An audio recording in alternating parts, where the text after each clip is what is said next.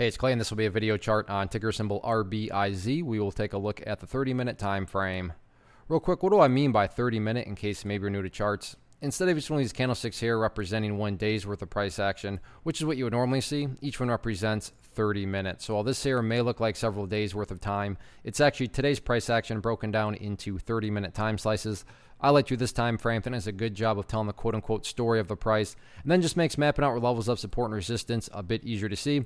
Done this analysis several times in the past. It's been a couple of days since the last time I updated it, but that's where these red and green line annotations are coming from. So I want to get things updated here as we just cross the midpoint of the week. And first thing I'm going to do is just get rid of that line there.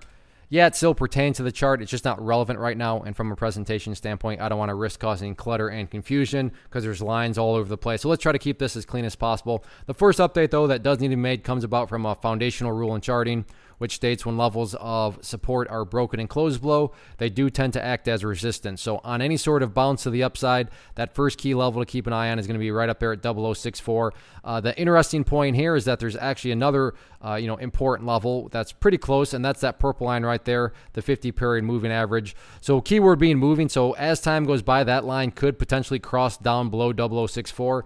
And in the event it does, then the purple line takes higher priority over 0064. As it stands right now, again, because the red line is actually in front of the purple line, 0064 has higher priority. But if that purple line does cross down through that level of resistance, then at that point, that would carry, the higher priority. But general idea here is right around 0064 as things stand right now is going to be that key level of resistance. Now, from the support side of things, the bulls are acting just like you would want to see them act. And what do I mean by that? Well, it all has to do with this pink line right there, which is the very famous 200-period simple moving average. Even if you have a very basic understanding of charts, I'm sure you've heard of the 200-period, and you know that when the price is above it, you want to see the price stay above it, assuming, of course, you're bullish. And that's exactly what happened here. I mean, this is why I laugh when people say, oh, charts don't work. I mean, literally, look right where it bounced off of, that pink line. Thing of beauty. And then just from an overall charting perspective, that's how you want to see the price act, from the big picture perspective. Later on in the day, it kind of rolled back over.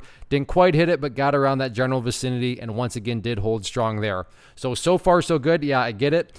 From the highs, there has been a pretty big pullback, but big picture viewpoint, the bulls do still have a chance, and the reason you can still say that they have a chance even with the bigger pullback is because the price is still up above that long-term trend indicator known as that 200-period simple moving average. So yeah, if you haven't connected those dots, that 200-period definitely a very important level of support going into tomorrow. So we'll see if it can hold or not. Or did finish very nicely the final 30 minutes, got the nice green candle. So if this bounce continues, then again circling back to where we all started, we'll see if the price can get up above 0064 or not.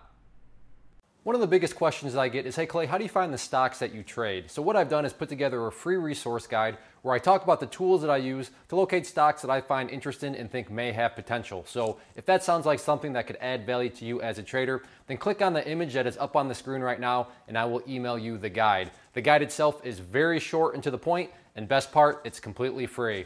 Thanks for watching the video. Let me know if you have any questions.